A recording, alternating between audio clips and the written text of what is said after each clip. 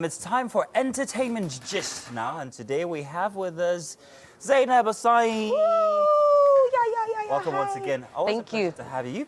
You've been a bit frequent these days. Yes, I know you guys love to see my face. Yeah, that's your monies. Anyhow. Really? Let's talk entertainment. Of course, we all love our big celebrities. But one thing that happens is that everything seems to always come to an end. And well, on Sunday, the big news hit us, and it was quite a disturbing one. Matthew Perry of the Friends of Cass, who played Chandler, actually died over the weekend. And Matthew Perry was born in Williamstown, Massachusetts in 1969, where he began his acting career in the early 90s, appearing in minor roles. He went on to land his big role in 1994 when he was cast as Chandler Bing, the best friend cast, if you ask me, by a long shot.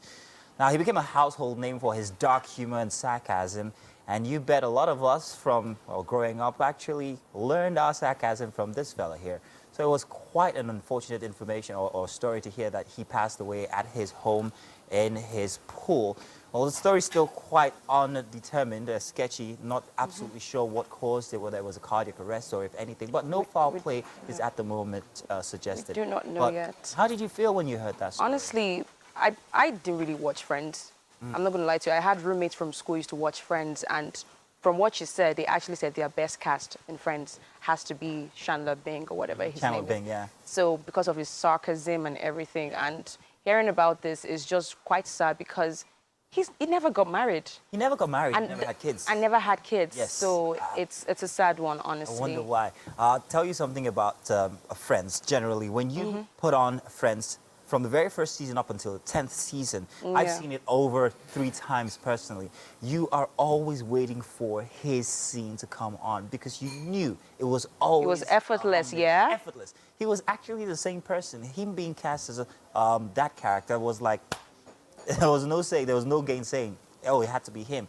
It would also be suggested that the writers of the show actually took from his personality to absolutely make that character what it was.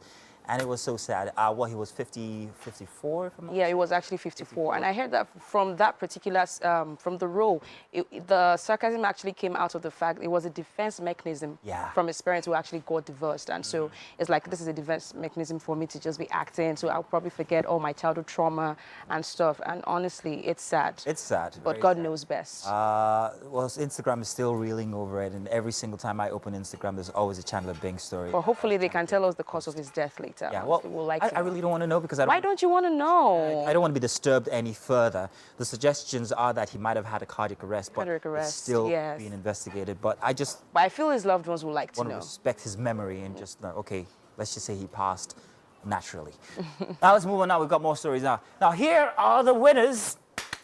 At the 2023 African Movie Academy Award, the AMAA Award hosted by Nancy Isime. Congratulations to her.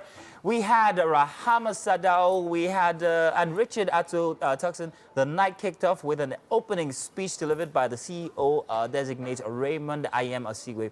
Now the 19th edition of the celebrated, they celebrated the excellence of African cinema with C.J. Fari Obasi, who we had here last week. Mami Wata, winning 3 awards, including Best Nigerian Film in an African Language and also Best Cinematography. Anikulapo, one of my best ones from last year, and also Gangs of Lagos came in second with 2 awards each.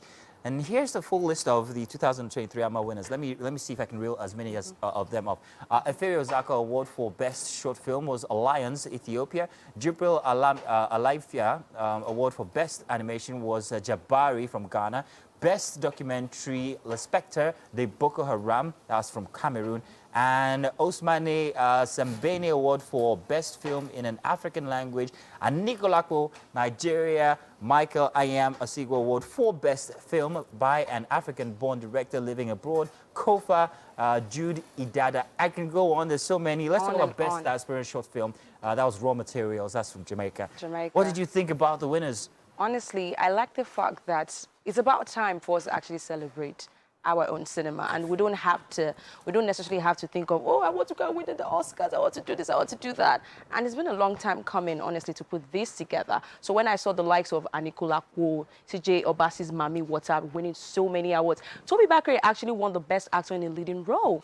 He actually did. Also, Nse Ikpe Etim also won an award. Honestly, it's beautiful to see all the work that he put into the production, into the scene, into the casting, into the location.